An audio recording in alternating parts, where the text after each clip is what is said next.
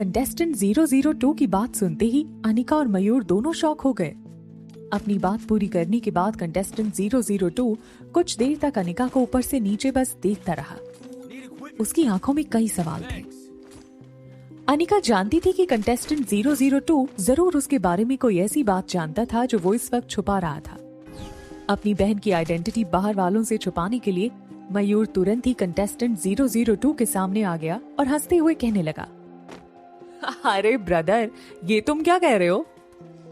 ये कैसे ब्रह्मपुत्र एकेडमी की दीदी हो सकती है? अरे जरा तुम ही सोचो, अगर ये दीदी होती तो क्या मेरे साथ टीम बनाकर इस चैंपियनशिप में हिस्सा लेती? मयूर की बात का पलट कर जवाब देते हुए कंटेस्टेंट 002 ने कहा, क्यों नहीं लड़ सकती? ताकतवर होने का ये मतलब तो नहीं कि इंसान स्ट्रैटेजी बनाना छोड़ दे।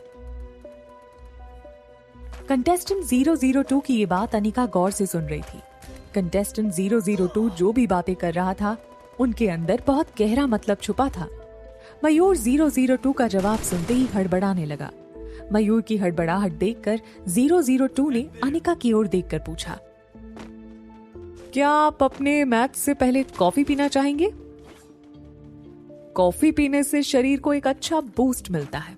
वहां कैफेटेरिया के पास जाकर क्यों ना हम लोग एक एक कॉफी पिए?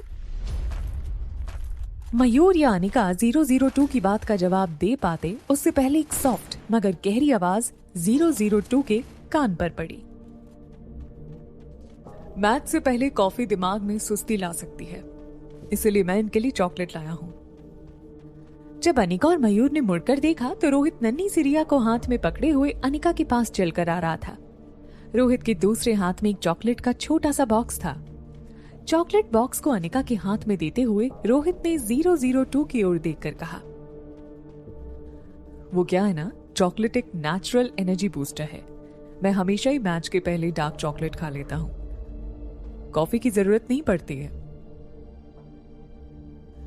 मयूर को अनिका के पास खड़े रोहित को देखकर अब पहले से ज्यादा जलन होने लगी थी।